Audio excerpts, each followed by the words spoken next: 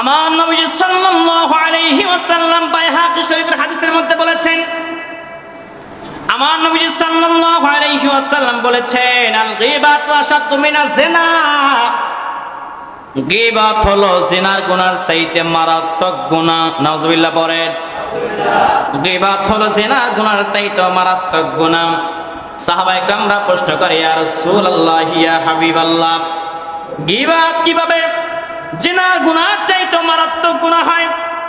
সাহাবায়ে কেরামরা আমার নবী সাল্লাল্লাহু আলাইহি ওয়াসাল্লামকে প্রশ্ন করেন, ইয়া রাসূলুল্লাহ সাল্লাল্লাহু আলাইহি ওয়াসাল্লাম, ক্বালা ইন্নার রাজুলু লা ইয়াজনি ফায়াতুবুল্লাহু আলাইহি ওয়া ইন্না সাহিবাল গীবাত। আমার নবীজি সাল্লাল্লাহু আলাইহি ওয়াসাল্লাম বলে, ও সাহাবীরা শোনো, যদি কেউ জিনা করে আল্লাহর কাছে যদি ক্ষমা চায়, আল্লাহ রাব্বুল আলামিন মাফ করে দিবে। আর যদি কেউ কারো গীবত করে, কেউ যদি কারো শাকাত করে, কেউ যদি কাউকে নিয়ে গুজব রটায়, আমার দয়াল নবীজি বলে, লা ইগফারু হাত্তা ইয়াগফিরহা লাহু সাহিবা। যতক্ষণ পর্যন্ত যার গীবত করা হয়েছে সে ক্ষমা করে না দিবে, অতক্ষণ পর্যন্ত আল্লাহ রাব্বুল আলামিন তাদেরকে ক্ষমা করে দেয় না। সুবহানাল্লাহ জোরে বলেন। দেখেন, অথচ আল্লাহ জেনাকারী যদি কোনো ব্যক্তি যদি জেনা করেন, কারণ জেনা তো মানুষকে দেখিয়ে দেখিয়ে কেউ করে না, জেনা শয়তানের ধোকায় পড়ে মানুষ অন্ধর মহলের মধ্যে গুনাহ করে ফেলে। আপনি জেনা করার পর যদি অনুতপ্ত হন, আপনি যদি আল্লাহ পাক রব্বুল আলামিন দরবার ডাক দিয়ে বলেন, আল্লাহ আমি জেনা করে ফেলেছি, গুনাহ করে ফেলেছি, আল্লাহ আপনি আমাকে মাফ করে দেন। আপনি 2 রাকাত নামাজ পড়ে যদি চোখের পানি ছেড়ে দিয়ে যদি আপনি কান্না করতে পারেন, আমার আল্লাহ রব্বুল আলামিন আপনার জিন্দেগির গুনাহগুলো আল্লাহ মাফ করে দিতে পারে। কারণ আপনি যে জিনা করেছেন, যার সঙ্গে জিনা করেছেন, আপনি ছাড়া আল্লাহ ছাড়া আর কেউ কিন্তু জানে না। আপনি গোপনে গুনাহ করেছেন, গোপনে জিনা করেছেন। জিনা করে অনুতপ্ত হয়ে আল্লাহর কাছে যদি আপনি মাফ চান, আমার আল্লাহ রব্বুল আলামিন আপনাকে মাফ করে দিতেও পারে। কিন্তু আপনি প্রকাশ্যে যে গীবত করেছেন, আপনার একজন মুসলমান ভাইয়ের নামে পরনিন্দা করেছেন, একজন ফ্যামিলির সদস্যের নামে গীবত করেছেন, পরনিন্দা করেছেন, ওই ফ্যামিলির সদস্য যতক্ষণ পর্যন্ত আপনাকে ক্ষমা করে না দিবে, অতক্ষণ পর্যন্ত আল্লাহ আপনাকে ক্ষমা করে দিবে না। নাউজুবিল্লাহ পড়েন। অথচ আল্লাহ বলে, কুল ইয়া ইবাদিয়াল্লাযীনা আসরাফু আলা আনফুসিহিম লা তাকনাতু মির রাহমাতিল্লাহ ইন্নাল্লাহা ইয়াগফিরুয যুনুবা জামিআ। আমার আল্লাহ রাব্বুল আলামিন বলে, বান্দা তোমরা গুনাহ করতে করতে যদি আসমান জমিন পর্যন্ত করে ফেলো, এরে বান্দা তোমরা যদি আমি আল্লাহর কাছে ক্ষমা চাও, আমি আল্লাহ রাব্বুল আলামিন তোমাদের জিন্দেগির গুনাহগুলো মাফ করে দিব। লা তাকনাতু মির রাহমাতিল্লাহ, এরে বান্দা তোমরা আমি আল্লাহর দরবার থেকে নৈরাশ হয়ে যেও না। গুনাহ করেছো, অনুতপ্ত হয়েছো, আমি আল্লাহর কাছে ক্ষমা চাও, আমি আল্লাহ মাফ করে দিব। আল্লাহ এত দয়াময়, এত দয়াবান একটি কথা বলার পরেও যারা গীবতকারী তাদের গুনাহ আল্লাহ কিন্তু মাফ করবে না। হাক্কুল্লাহ, হাক্কুল ইবাদ, একটা হল আল্লাহর হক, একটা বান্দার হক। আল্লাহর হক চাইলে আল্লাহ মাফ করতেও পারে, কিন্তু বান্দার হক কখনো আল্লাহ মাফ করবে না যতক্ষণ পর্যন্ত ওই বান্দা আপনাকে ক্ষমা করে না দিবে। কথা বুঝতে পেরেছেন? নবীর আশিকের দল। এই জন্য আমার দয়াল নবী সাল্লাল্লাহু আলাইহি ওয়াসাল্লাম বলেছে, আল গীবাতু আশাদ্দু মিনাজ জিনা। গীবত হলো জিনার চাইতে মারাত্মক গুনাহ, কঠিন গুনাহ। আমার নবীজির ঘোষণা শুধু তাই নয়, আমার দয়াল নবীজি সাল্লাল্লাহু আলাইহি ওয়াসাল্লাম অপর এক হাদিসের মধ্যে বলেছেন, আর রিবা সালাসাতি ওয়া সাবউনা বাবান আইসারুহা মিসলু আইয়ানকিহা আর রাজুলু উম্মুহু আমার নবীজি সাল্লাল্লাহু আলাইহি ওয়াসাল্লাম বলে সুদের গুনার 73টি সংজ্ঞা রয়েছে, 73 প্রকার রয়েছে, 73টি দরজা রয়েছে। তার মধ্যে সবচেয়ে ছোট যেই দরজা সেটা হলো নিজের মায়ের সাথে 73 বার জেনা করলে যেই গুনাহ হবে এই গুনাহ তাদের আমলনামায় উঠানো হয়। জোরে কন্না নাউজুবিল্লাহ। সুদের যে 73টি দরজা রয়েছে, গুনার কয়টি দরজা? 73টি দরজা। সবচাইতে বড় যেই দরজা সেটা হলো ইন্না আরবার রিবা ইরদুর রাজুলিল মুসলিম। সবচেয়ে বড় যেই দরজা সেটা হলো আপনি যদি আপনার কোনো মুসলমান ভাইয়ের সম্মান হানি করেন, আপনার কোনো মুসলমান ভাইয়ের ইজ্জত নিয়ে আপনি তামাশা করেন, সমালোচনা করেন, এটা হলো সবচাইতে বড় গুনাহ। জোরে কন্না নাউজুবিল্লাহ। 73টি দরজার মধ্যে সবচাইতে বড় যেই গুনাহ সেটা হলো আপনি যদি কোনো মুসলমানের সম্মান হানি করেন, ইজ্জত যদি আপনি নষ্ট করেন, এটা হলো সবচাইতে বড় গুনাহ। আর ছোট গুনাহ কোনটি?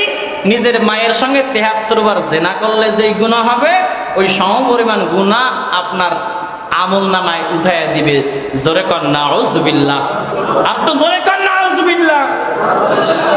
আহারে এই যে গীবত এমন ভাবে ছড়িয়ে পড়েছে, গ্রামগঞ্জের মধ্যে বেশি না কম হয় খালি সমালোচনা। মহিলারা যদি একটু পায় কোনো কথা, তাই তো কথা নাই, মিনিটের মধ্যে ভাইরাল। ঠিক কিনা বেঠি? এই যে অবস্থা, কি যে একটা পরিস্থিতি যা বলে শেষ করা যাবে না। এই গীবতের কারণে সমাজে মারামারি লাগে কি লাগে না? পারিবারিকভাবে ঝগড়া হয় কি হয় না? একজনে গিয়ে আপনারা কয়ে তোর বিরুদ্ধে দিয়েও গালাগালি করছে রাস্তায়, আমি দেখছি। একজন এসে আপনারা কি বললো? তোর বিরুদ্ধে দিয়ে অমুকে গালাগালি করছে, আমি দেখছি। এই যে আপনারা লাগায় দিছে প্যাচটা, এই যে চুগুলখুরি করছে যে তোর বিরুদ্ধে অমুকে কথা বলছে দেখছি, আপনি কি ওর লাগে দোয়া করবেন নাকি লাড়ি লইয়া যাবেন? কথা বলে না। ঝগড়া করতে যাবেন না আপনি? যদি মেজাজ যায় তাহলে তো কুড়াল লইয়া যাবে কোবাইতে। ঠিক কিনা বেটি জোরে বলেন? তো এই লাগায় দেওয়ার কারণে কথা আইনা আস্তে করে আপনার কানে বিসমিল্লাহ কইয়া লাগাই দিল, আর আপনিও ফড়াফ হয়ে গেলেন ওরা মারার লাগে। আর যেটাই কইছে হেডারে এই যে ঝগড়া লাগাই দিচ্ছে, এগুলো বলা হয় চুগুলখুর। এই চুগুলখুর গুলো কখনো জান্নাতে যাবে না। কোথায় যাবে না জোরে বলে? এটা আমি বলছি না, দয়াল নবীজি বলছে। বুখারী মুসলিম শরীফের হাদিস, নবীজি বলেছেন লা ইয়াদখুলুল জান্নাতা নাম্মাম। আমার দয়াল নবীজি সাল্লাল্লাহু আলাইহি ওয়াসাল্লাম বলেছে চুগুলখুর কখনো জান্নাতে যাবে না, জান্নাতে যাবে না, জান্নাতে যাবে না, জান্নাতে যাবে না। চুগুলখোর কারা? একজনের কথা আরেকজনের কানে লাগায়া দেয় যারা, তাদেরকে বলা হয় চুগুলখোর, চুগুলখোর, চুগুলখোর। নবীজি তার 1000 বছর আগে বলে গেছে এই সমস্ত চুগুলখোররা কখনো আল্লাহর জান্নাতে যেতে পারবে না। নাউজুবিল্লাহ জোরে বলেন। আজ কইলাম না সুবহানাল্লাহ, আওয়াজ কমই বাস, খালি নাউজুবিল্লাহ বাস কে এই ওয়াজই নাউজুবিল্লাহর ওয়াজ। দয়াল নবী সাল্লাল্লাহু আলাইহি ওয়াসাল্লাম অপর হাদিসের মধ্যে বলেছেন আনিন নামিমাতি ওয়া নাহি আনিল গীবাতি আনিল ইস্তিমাইল গীবাত। বুখারী শরীফের হাদিস। আমার নবী সাল্লাল্লাহু আলাইহি ওয়াসাল্লাম বলেছেন গীবত করতে আমার নবীজি নিষেধ করেছে। শুধু তাই নয়, নবীজি আরো বলেছে তোমরা গীবত করবাও না, গীবত শুনবাও না। যে গীবত করে এবং শোনে উভয় সমান সমান গুনাহের অধিকারী হবে, ভাগীদার হবে। নাউজুবিল্লাহ পড়েন। আর গীবত শুনতে কিন্তু খুব মজা লাগে। ঘি আর ভাত যেমন মজা, এই ঘি ভাত তদ্রূপ মানুষের কুচ্ছা রচনা করা, মানুষের সমালোচনা করা এরকম মজাই লাগে। ঠিক কিনা জোরে বলেন?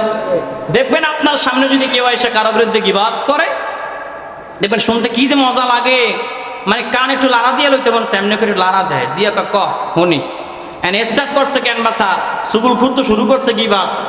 আমার মধ্যে এই কইছে হে কইছে হে ঠিক আছে তো কইছে তো, মানে এই যে মজা পাইতেছে, চোখ বন্ধ হয়ে যেতেছে, এইটা বুঝে না। যার গীবত করতেছে ওর গুনাহগুলো সব গীবতকারীর আমলনামায় চলে আসতেছে।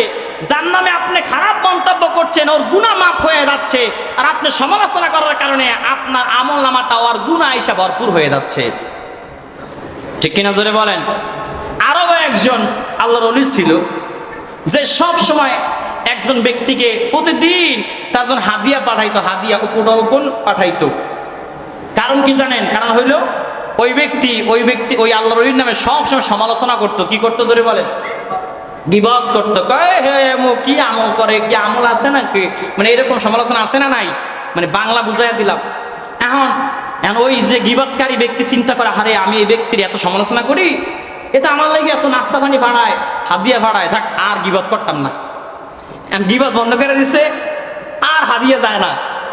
এখন ওই লোক ওই হুজুরের কাছে গেছে, হুজুর আপনার বিরুদ্ধে যতদিন সমালোচনা করছি আপনি অত আমারে দিছেন, হাদিয়া উপঢৌকন দিছেন, এখন আমি ভালো হয়ে গেলাম গা, সমালোচনা বন্ধ করে দিলাম, এখন তো কিছু দেন না। কারণ কি? আমার তো লাভ নাই, এখন আমার কি নাই। কেমন লাভ? তুমি যতদিন আমার বিরুদ্ধে সমালোচনা করছো, গীবত করছো, আমার গুনাহ মাফ হইছে। এখন তুমি গীবত বন্ধ করে দিছো, আমার গুনাহ আর মাফ হচ্ছে না, যার কারণে আমি আর তোমাকে উপঢৌকনও দিচ্ছি না। কারণ তোমার জন্য আমার আর কোনো কাজ নাই, কোনো স্বার্থ নাই। তুমি যদি আমার গীবত করতে তাইলে আমি আরো উপঢৌকন প্রতিদিন দিতাম, হাদিয়া দিতাম। যদি গীবত করো না, কারণ আমার গুনাহ তো হয় মাফ হচ্ছে না, আর আমার উপহার দেওয়ার দরকারই নাই। এরকম কিছু চালাক মানুষও আছে না নাই? দেখুন অনেক হুজুরও আছে, যত সমালোচনা করেন না কেন হুজুর জবাব দেয় না, আছে না নাই? এগুলো চালাক। এরা বুঝে যে গুনাটি মাফ হয়ে যাক অন্তত এই সুযোগে। হুজুরকে গুণা মনে করে সবচেয়ে বেশি মাফ হয়, কেন জানেন? কারণ সবচেয়ে বেশি দেশে সমালোচনা হুজুর গুনিয়া, ঠিক না বে ঠিক?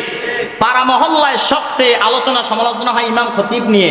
যদি বাস মিথ্যা বলে আপনারা নিজে যাচাই করবেন, পাড়া মহল্লায়, শহর বলেন, গ্রাম বলেন, সব জায়গায় যে বিষয়টা সবচেয়ে সমালোচনা হয় সেটা হলো মসজিদের ইমাম, মুয়াজ্জিন, খাদেম, খতিব, কমিটি নিয়ে, ঠিক না বে ঠিক? কমিটি এত ভালো কাজ করে, এরপরও কয় কাজ সুবিধার না, আছে না নাই? হুজুর এত সুন্দর কণ্ঠ দিয়া বাড়ায়, কণ্ঠ জানি কেমন একটু বাজ্যা বাজ্যা গেছে নাকি, আছে না নাই? আজান মুয়াজ্জিন এত সুন্দর দেয়, তাও কবে আজানটা মনে একটু ড্যাক্কর খাইছে মাঝখান দিয়ে, টান মনে একটু কম হয়ে গেছে। এরকম সমালোচনা আছে না নাই? দেখবেন আসলে এরকমই বলে, হুবু এই সিস্টেম বলে। ভালো কাজ মসজিদের সাথে তারা সংযুক্ত থাকে, সমালোচনা বেশি হবে, আর যত সমালোচনা হবে মনে রাখবেন তত আপনার গুনাহগুলো মাফ হচ্ছে। সুবহানাল্লাহ জোরে বলেন। ও নবীর আশিকের দল, এই জন্য আমার দয়াল নবীজি সাল্লাল্লাহু আলাইহি ওয়াসাল্লাম বলেছে কেউ যাতে গীবত না করে। নবীজি সাল্লাল্লাহু আলাইহি ওয়াসাল্লামের কাছে রমজান মাসে খবর পাঠানো হলো, ইয়া রাসূলুল্লাহ, ইয়া হাবিবাল্লাহ, দুইজন মহিলা রোজা রেখেছে, রোজা রাখার পরেও এদের শুধু বমি হচ্ছে, বমি বন্ধ হচ্ছে না। আমার নবীজি বলে, ও সাহাবীরা, ওই মহিলা দুজনকে আমার সামনে ডেকে নিয়ে আসো। মহিলা দুজনকে নবীজি সাল্লাল্লাহু আলাইহি ওয়াসাল্লামের সামনে ডেকে আনা হলো।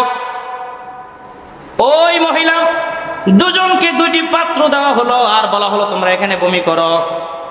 ওই দুজন মহিলা ওখানে যখন বমি করলো, দেখা গেল যে ওই বমির মধ্যে গোস্তের টুকরা রয়েছে, গোস্তের টুকরা। ওই মহিলা দুজন অবাক হয়ে গেল আর বললো, ইয়া রাসূলুল্লাহ সাল্লাল্লাহু আলাইহি ওয়াসাল্লাম, এই গোস্তের টুকরা কোথা থেকে আসলো? ইয়া রাসূলুল্লাহ, ইয়া হাবিবাল্লাহ, আমরা তো আজকে সেহরিতে গোস্ত দিয়া ভাত খাইনি, শাকসবজি দিয়ে খেয়েছি, তার গোস্তের টুকরা আসলো কোথা থেকে? আমার নবীজি বলে, তোমরা কি বোঝো নাই? তোমরা দুজন গীবত করেছো, সাকাত করেছো, এই জন্য তোমাদের মৃত ভাইয়ের গোস্ত তোমরা খেয়েছো। ওই গোস্ত তোমাদের পেট থেকে বমির সঙ্গে বের হয়েছে। নাউজুবিল্লাহ জোরে বলেন। হযরত সিদ্দিক আকবর রাদিয়াল্লাহু তাআলা আনহু এবং ওমর ফারুক রাদিয়াল্লাহু তাআলা আনহু একদিন সফরে বের হলেন, সাথে খাদেম রয়েছে। খাদেমের দায়িত্ব কি? সেবা যত্ন করা, রান্না বান্না করা।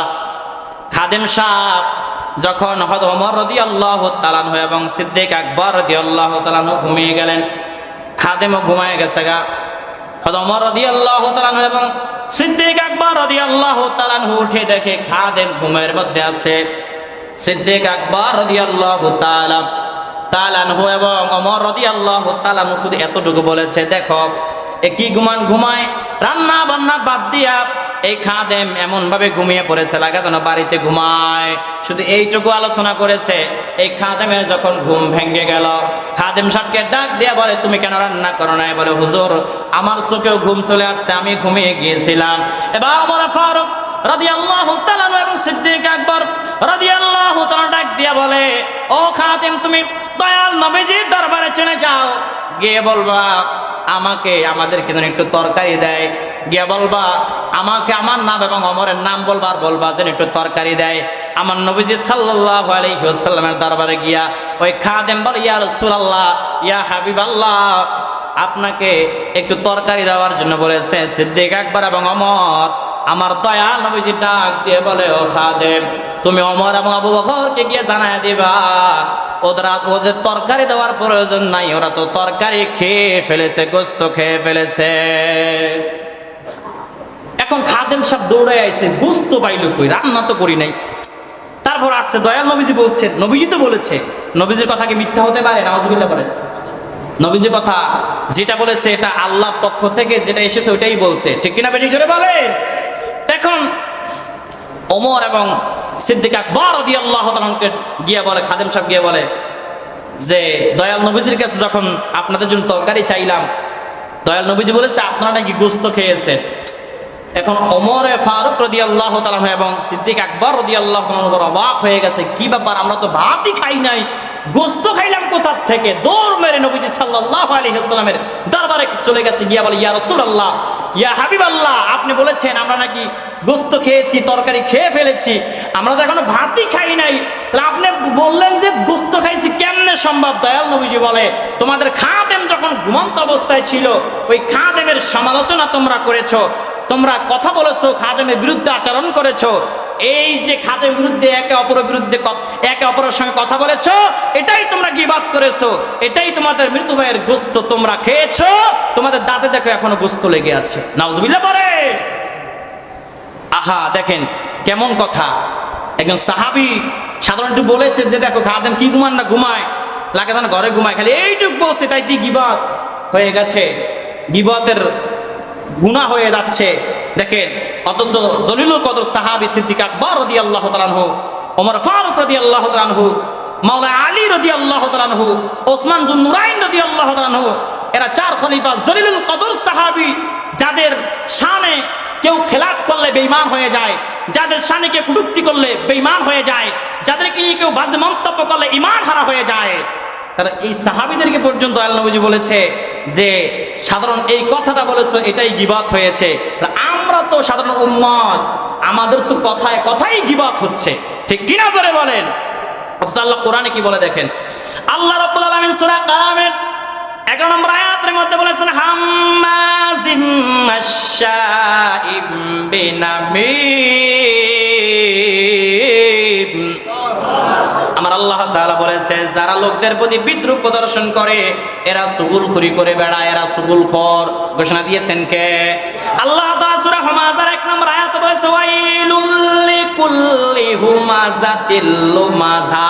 আমার আল্লাহ বলেছে, নিশ্চিত ধ্বংস ওই সকল ব্যক্তির জন্য যারা অপরের দোষ ত্রুটি অনুসন্ধান করে, তালাশ করে, এদের ধ্বংস অনিবার্য। ঘোষণা দিয়েছেন কে? আল্লাহ। এখন আমি 6টি, আপনার 6 জায়গায় আপনি চাইলে গীবাত করতে পারেন। 6টি জায়গায়, এটা বলি আলোচনা সমাপ্ত, 1 মিনিট ক্লোজ করে দিব। 6টি জায়গায় আপনি চাইলে গীবাত করতে পারবেন, জায়েজ করা হয়েছে। সে 6টি জায়গা কোথায় কোথায়? এই হাদিসখানা আপনি পাবেন, এই হাদিসখানা আপনার মুসলিম শরীফ 2589 নম্বর হাদিসের মধ্যে আপনি পেয়ে যাবেন। এই 6টি জায়গা কোথায় কোথায় অত্যাচার প্রকাশ করার জন্য, কেউ আপনার প্রতি জুলুম করতেছে, নির্যাতন করতেছে, নিপীড়ন করতেছে, আপনি ওই জালেম বাদশার বিরুদ্ধে, ওই সমস্ত জালেমদের বিরুদ্ধে, জুলুমবাজদের বিরুদ্ধে আপনি সমালোচনা করতে পারবেন, এটা জায়েজ। 2 নম্বর হলো সমাজ থেকে অন্যায় দূর করা, পাপীকে সঠিক পথে ফিরিয়ে আনার জন্য আপনি গীবাত করতে পারবেন। সমাজে অন্যায় হচ্ছে, ফেন্সিডিল খাচ্ছে ছেলেপেলেরা, গাঞ্জা খায়, হিরোইন খায়, মদ খায়, জেনা করে, জুলুম করে, চাঁদাবাজি করে, এদের নাম ধরে ধরে আপনি প্রকাশ্যে সতর্ক করতে পারবেন, এটা জায়েজ। এটা কি জোরে বলেন? জায়েজ। 3 নম্বর হলো হাদিসের সনদ যাচাইয়ের জন্য। 4 নম্বর, মুসলমানদেরকে মন্দ থেকে সতর্ক করার জন্য আপনি গীবাত করতে পারবেন। কেউ মন্দ কাজ করছে, ওই যেই ব্যক্তি মন্দ কাজ করতেছে, ওই ব্যক্তি থেকে হেফাজত থাকার জন্য ওই ব্যক্তির নাম ধরে আপনি গীবাত করতে পারবেন, সমালোচনা করতে পারবেন। 5 নম্বর হলো পাপাচার ও বিদআত থেকে সমাধান করার জন্য। 6 নম্বর হলো প্রসিদ্ধ নাম বলে তাকে পরিচয় করিয়ে দেওয়ার জন্য। ধরেন একজন কানা, লুলা, আপনারা এত নাম কই আমি, যে ওই তো বল্টু ভাই বুঝেন না, যদি কেউ কানা বল্টু আপনি চিন্তা লাইছেন, এই ক্ষেত্রে নাম পরিচয় করানোর জন্য মানে তাকে পরিচয় করানোর ক্ষেত্রে আপনি এরকম নাম বলে পরিচয় করাতে পারবেন, সমস্যা নাই। এই 6টি জায়গায় গীবত করা জায়েজ, মানে পারবেন, মানে আর সমস্যা হবে না। আর কোন জায়গায় গীবত করা যাবে না। আল্লাহ রাব্বুল আলামিন আমাদের সকলকে বোঝার তৌফিক দান করুক, আমিন।